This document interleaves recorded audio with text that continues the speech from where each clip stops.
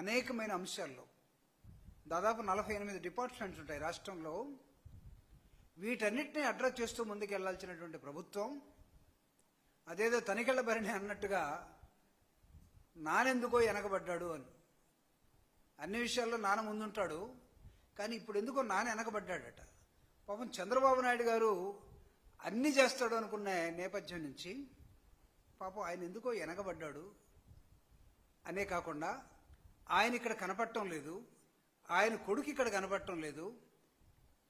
మామూలుగా కనపడే 3 బొమ్మల్లో ఒక బొమ్మే మొన్న భీమవరం నుంచి మాట్లాడింది, మిగతా 2 బొమ్మలు ఇక్కడ లేవు.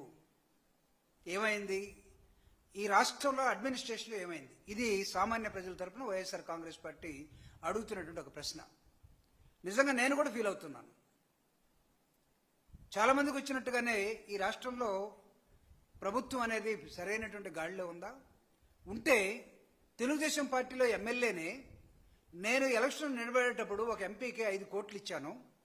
5 కోట్లు ఎలా ఇచ్చానంటే బ్యాంకు ద్వారా ఇంత, ఇంకొక ద్వారా ఇంత, అతను లెక్కలు చెప్తా ఉన్నాడు. గెలిచిన ఎంపీ మొత్తం ఇసుక మీద పడి వ్యాపారం చేస్తున్నాడు, న్యాచురల్ రిసోర్స్ను మొత్తం కూడా నాశనం చేస్తున్నాడని తెలుగుదేశం పార్టీలోనే ఈరోజు వాళ్ళకే వాళ్ళు ప్రశ్నించుకొని సమాధానం చెప్పే దశలోకి వెళ్ళిపోయారు.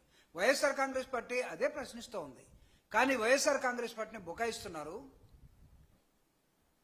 పాపం ఇక్కడ జరుగుతున్న అంశాలకి దుబాయ్ నుంచి ఒకరు, ఆస్ట్రేలియా నుంచి ఒకరు తండ్రి కొడుకులు పోటీపడి బుకాయించాలని చూసినా ఎక్కడ ఏమాత్రం ఏ ఎమ్మెల్యే ఆగటం లేదు.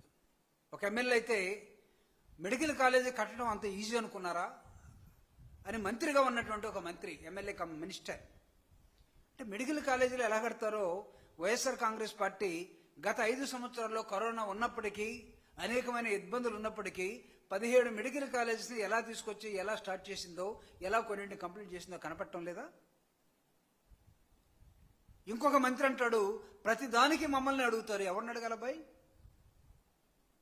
జనాలు ఎవరిని అడగాలి? You people are designated like ministers.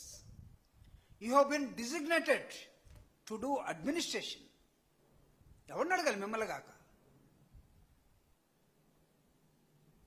అంటే అసలు మీరు అడ్మినిస్ట్రేషన్ తెలిసి మాట్లాడుతున్నారా, తెలియకుండా మాట్లాడుతున్నారా?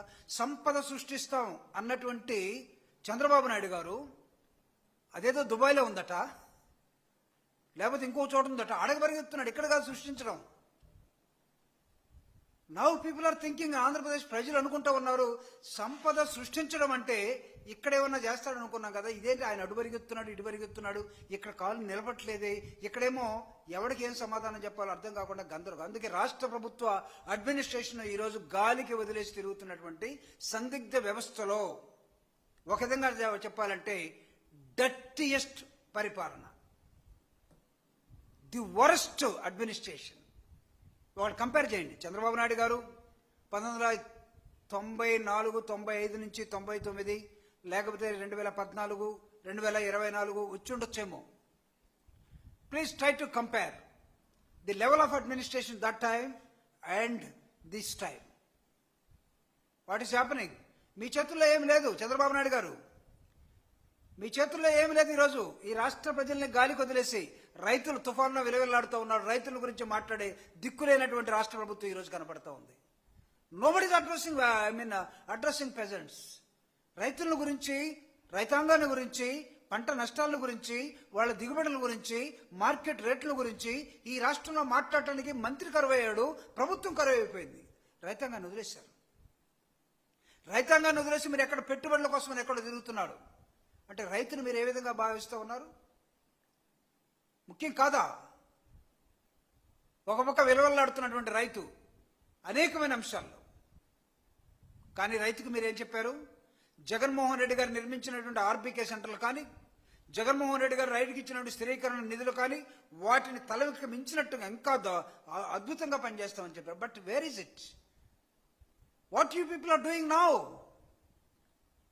This is the $1 million question now ప్రజలు అడుగుతూ ఉన్నారు. సో నేను ఈరోజు ప్రశ్నిస్తా ఉన్నా, are you doing really administration or not? మీరు పొలిటికల్ అడ్మినిస్ట్రేషన్ అడుగుతా ఉన్నారు through red book. Red book ఇంతకుముందు ప్రజలు అనుకున్నారు వైఎస్ఆర్ కాంగ్రెస్ పార్టీ వాళ్ళ పేర్లు రాసుకొని వాళ్ళని శిక్షించడం కోసం రెడ్ బుక్ అనే దాన్ని ఒకదాన్ని చూపిస్తున్నారేమో అనుకున్నారు. కానీ రెడ్ బుక్ అనేది తన పార్టీలోనే తన ప్రజల మీదనే ప్రయోగించే దశలోకి ఈ రోజు రెడ్ బుక్ వెళ్ళిపోయిందని ఈ రోజు తెలుగుదేశాన్ని కూటమిని గెలిపించినట్టు ప్రజలు అనుకుంటూ ఉన్నారు.